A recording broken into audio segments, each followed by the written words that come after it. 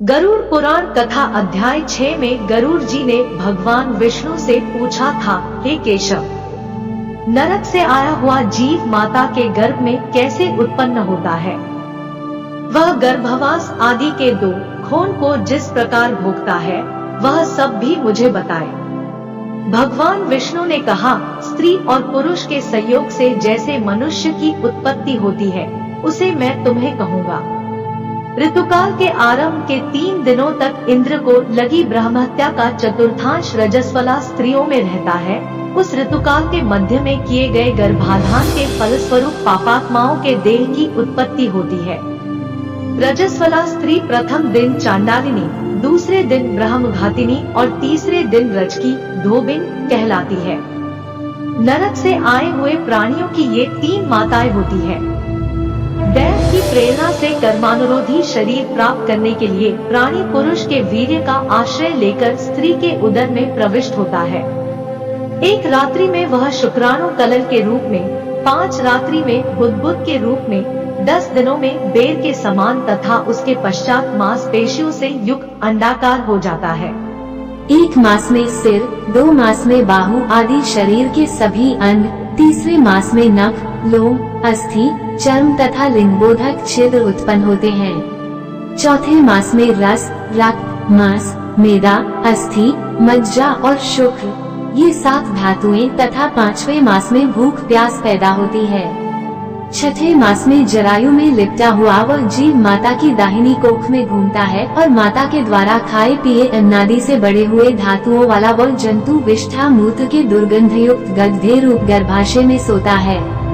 वहाँ गर्भस्थ क्षुधित कृमियों के द्वारा उसके सुकुमार अंग प्रतिक्षण बार बार काटे जाते हैं, जिससे अत्यधिक क्लेश होने के कारण वह जीव मूर्छित हो जाता है। माता के द्वारा खाए हुए कड़वे, तीखे, गरम, नमकीन, रूखे तथा खट्टे पदार्थों के अति उद्वेजक संस्पर्श से उसे समूचे अंग में वेदना होती है और जरायु अर्थात झिल्ली से लिपटा हुआ वह जीव आंतों द्वारा बाहर से ढका रहता है। उसकी पीठ और गर्दन कुंडलाकार रहती है। इस प्रकार अपने अंगों से चेष्टा करने में असमर्थ होकर भी वह जीव पिंजरे में स्थित पक्षी की भांति माता की कुक्षी में अपने सिर को दबाए हुए पड़ा रहता है। भगवान की कृपा से अपने सैकड़ों जन्मों के कर्मों का स्मरण करता हुआ वह गर्भस्थ जीव लंबी श्वास लेता है। इस स्थिति में भला उसे कौन सा सुख प्राप्त हो सकता है? मांस, मज्जा आदि 7 धातुओं के आवरण में आवृत वो ऋषिकर जीव भयभीत होकर हाथ जोड़कर विकल वाणी से उन भगवान की स्तुति करता है जिन्होंने उसको माता के उदर में डाला है। 7वें महीने के आरंभ से ही सभी जन्मों के कर्मों का ज्ञान हो जाने पर भी गर्भस्थ प्रसूति वायु के द्वारा चालित होकर वो विष्ठा में उत्पन्न सहोदर उसी पेट में उत्पन्न अन्य कीड़ी की भांति एक स्थान पर ठहर नहीं पाता। जीव कहता है, मैं लक्ष्मी के पति, जगत के आधार, अशुभ का नाश करने वाले तथा शरण में आए हुए जीवों के प्रति वात्सल्य रखने वाले भगवान विष्णु की शरण में जाता हूँ। हे नाथ, आपकी माया से मोहित होकर मैं देह में अहम भाव तथा पुत्र और पत्नी आदि में ममत्व भाव के अभिमान से जन्म मरण के चक्कर में फंसा हूँ। मैंने अपने परिजनों के उद्देश्य से शुभ और अशुभ कर्म किए, किंतु अब मैं उन कर्मों के कारण अकेला जल रहा हूँ। उन कर्मों के फल भोगने वाले पुत्र कलत्रादि अलग हो गए। यदि इस गर्भ से निकलकर मैं बाहर आऊँ तो फिर आपके चरणों का स्मरण करूँगा और ऐसा उपाय करूँगा जिससे मुक्ति प्राप्त कर लूँ। विष्ठा और मूत्र के कुएं में गिरा हुआ जठराग्नि से जलता हुआ एवं यहाँ से बाहर निकलने की इच्छा करता हुआ मैं कब बाहर निकल पाऊंगा?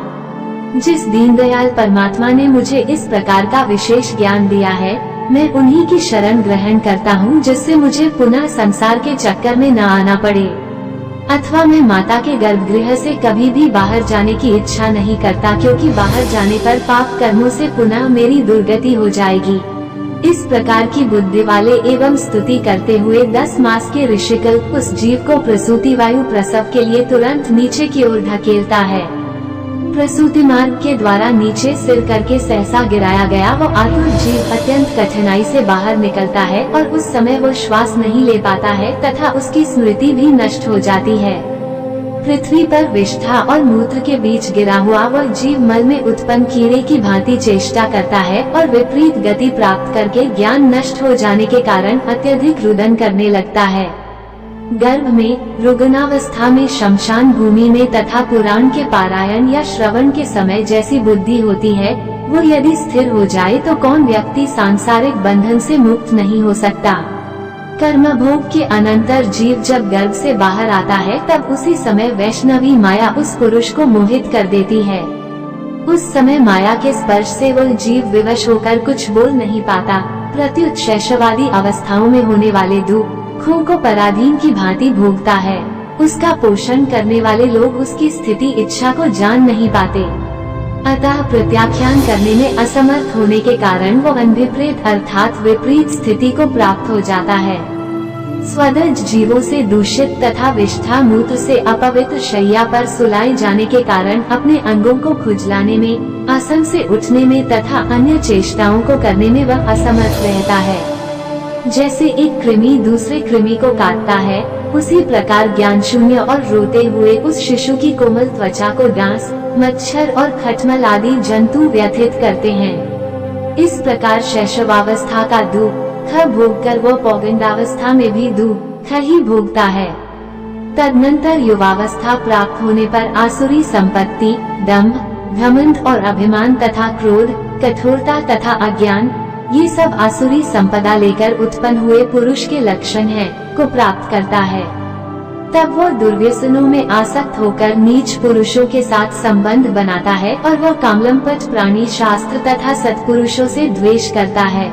भगवान की माया रूपी स्त्री को देखकर वह अजितेंद्रिय पुरुष उसकी भाव भंगिमा से प्रलोभित होकर महामोह रूप अंधतम में उसी प्रकार गिर पड़ता है जिस प्रकार अग्नि में पतंगा, हिरण, हाथी, पतंगा, भौरा और मछली, ये पांचों क्रमशः शब्द, स्पर्श, रूप, गंध तथा रस, इन 5 विषयों में एक एक में आसक्ति होने के कारण ही मारे जाते हैं। फिर एक प्रमादी व्यक्ति जो 5 इंद्रियों से 5 विषयों का भोग करता है, वो क्यों नहीं मारा जाएगा? अभीप्सित वस्तु की अप्राप्ति की स्थिति में अज्ञान के कारण ही क्रोध हो आता है और शोक को प्राप्त व्यक्ति देह के साथ ही बढ़ने वाले अभिमान तथा क्रोध के कारण वह कामी व्यक्ति स्वयं अपने नाश हेतु दूसरे कामी से शत्रुता कर लेता है। इस प्रकार अधिक बलशाली अन्य कामीजनों के द्वारा वह वैसे ही मारा जाता है जैसे किसी बलवान हाथी से दूसरा हाथी।